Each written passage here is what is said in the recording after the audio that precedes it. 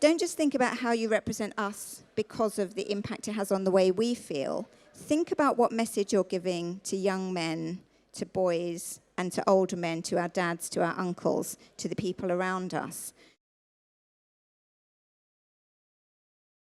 So there's been some brilliant work done. I don't know if you've read it. I urge you to do so if you haven't. It's called Feeling Seen, a piece of research done by ITV System 1 and Decca that looked at how ads perform when they represent underrepresented groups authentically and positively. And they looked at that underrepresented group's response to the ads, and they looked at the broader population's response.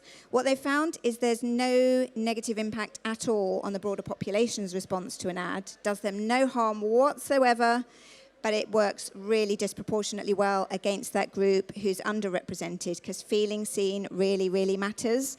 And you see that in popular culture all the time. If any of you have had your feeds as full as ours were of little girls responding to the new Little Mermaid, it's just unbelievably moving and powerful how important that moment is to that little girl. Just as importantly, these guys over here who look like me, they yell like, "Great, Little Mermaid, fab, thanks very much." So don't use this as an excuse, right? It's not an excuse. The data says it's not. There's no reason to not be representing all of our audience positively and authentically. But today, we are here to talk to you, not about what we think, but what about future generations think. So the people who are going to be the consumers of tomorrow, the leaders of tomorrow, the opinion leaders of tomorrow, that 80% of people who account for purchase decisions of tomorrow. We've been out talking to girls at a school. We've started off with a school in London, Kensington Aldridge Academy. It's a school with a very representative population of the London makeup generally. It sits right in the shadow of Grenfell. And we went talking to these girls to ask them what did they think. So I'm here today to represent their voices to you and tell you what they want this industry to do a little bit more of and a little bit less of. And it was quite a humbling experience, I have to say, because there were a couple of words that they used really often when they were talking about our industry: angry and confused. That's not necessarily what you want to hear when people are talking about the work that you do, but you've got to say they've got a point. It was really interesting that they were kind of going, why? What is going on with you lot? Do you not understand what the world looks like? So they were saying things like, it makes me feel annoyed.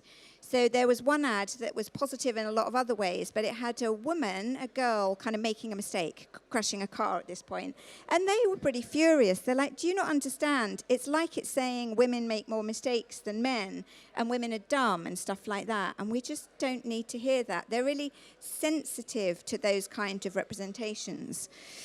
We shared some of that data that Rania just talked you through as well, which was fascinating. And they were like, well, why? Why does this industry seem to think that men are more capable than women? Men can do harder stuff than women. That's not true. And also, why do you keep giving men credit for what women think and what women decide and what women do? They're a little bit fed up with it. And I have to say, they certainly have a point. But the good news is they do really notice when we get it right. Now, what we did is took out a whole bunch of ads to show them. Lots of them were ones that Unstereotype Alliance, who are a partner of WACL, have done a lot of work with to help them get representation right and that have done really well in their testing. Some of them were ads that they just happened to talk about as well. And some of the things they say I just think are really worth dwelling on and remembering, because there's so much power we have in what we do that we can harness. So, for instance, the Amazon Prime ad featuring Rapunzel, they were like, hell yeah, we're not the kind of girls that need a prince to come and save us. We have enough of that shit in our life. Let's change that narrative. That would be great. Self-care and taking care of ourselves is important. But also, really importantly, that was so powerful to some of the girls. So one of the quotes I'm going to just read out a little bit of here. One of the girls said, I know the stereotypes that usually go about black girls' hair. So it's really nice to see, obviously, different cultures being embraced, different types of women and styles. That pretty much reflects the real world that we're in. I think those words are so powerful. They're not asking us to do them any favors. They're just saying, can you just represent reality, please? Because that's what we all live in. They mentioned a few beauty ads. So Charlotte Tilbury, they love how ads, in their words, show that women can look any way that they want. It doesn't restrict how women are in society. And Fenty Beauty got a massive shout out from all of them for representing different kinds of skin tones as well as undertones. And some of the girls going, well, men are allowed to wear makeup as well. So they love Fenty for that. Nike's Toughest Athletes ad, big favorite with a lot of them, for challenging all kinds of stereotypes, including, in the words of one of the younger girls, you can still be active and live your life even if you do have a child. Reassuring for us. And it's saying a woman doesn't have to think like a man. I agree with that. I think each of these things, it's just so interesting to ask ourselves, how often do we really remember these things, or how often are we kind of thinking that women and girls are sort of expected to behave in ways that they don't want to? The two Sainsbury's ad, they absolutely love for being representative and diverse. One of the quotes I particularly love, you don't have to change yourself to fit in with man's society. So I like that. They had a really clear sense that the way the world is made is not for people who look like them, and they know who they are, and they want our industry to change. Really interestingly, this one here I think is so powerful. A couple of them said, this different ad with different body shapes and skin tones and everything, it's obviously great for them to be represented. But the fact that we're looking at that ad and thinking, wow, this is amazing, everyone's being represented, that's not really okay, that it's an outstanding thing. It should just be normalized. So the fact that we're noticing it and celebrating it is disappointing, because it means that most of the time, ads aren't like that. I thought that was so powerful. So why is that the exception and not the rule? They're kind of going, sort yourselves out, guys. What are you doing? It makes me angry. It makes me upset that there are ads that don't represent women in a way that's true to how they feel. And even though we live in a progressive society, it's a minority of ads that actually promote women, but we just kind of get used to it. Importantly as well, they do spot tokenism. So one of them, usually there's only representation when it's around certain events like Ramadan. Otherwise, the rest of the time, she felt pretty invisible. But what they told us next, I think, and I don't think anything of this will be new to any of us here, but this really kind of made us stop and think. It's really easy in these conversations for us to think we need to do work that represents women and girls better, to give them confidence, to give them self-esteem, to make them feel great about themselves.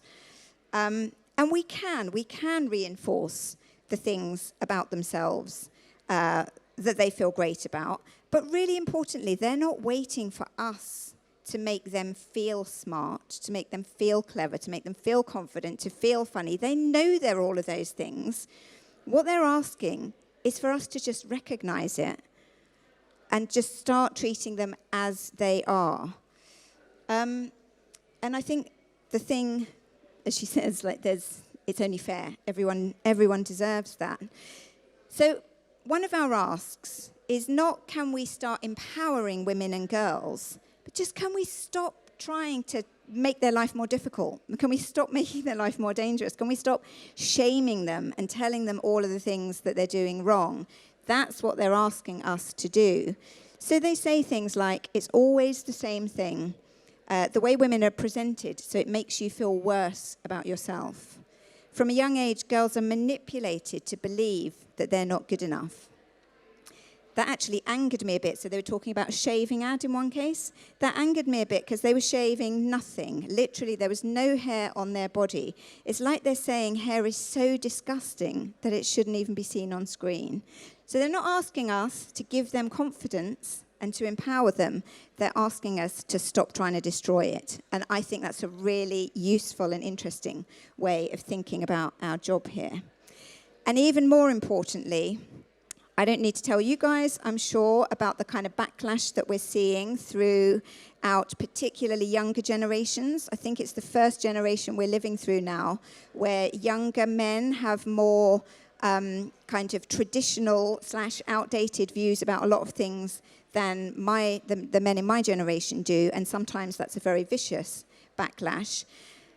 These girls were saying to us, don't just think about how you represent us because of the impact it has on the way we feel. Think about what message you're giving to young men, to boys, and to older men, to our dads, to our uncles, to the people around us. It's important because it changes other people's views of women. It's not just about how you feel yourself. It influences the way men think about us as well, how you're viewed in a relationship. Ads are giving a false impression to men, they're saying, of what women and girls are like. And this quote here, I wish they would just recognize that we're independent, we can do stuff, we don't have to rely on them for everything. They don't want our ads to misrepresent women and girls to the men and boys around them, because that then has an impact on how they think and feel.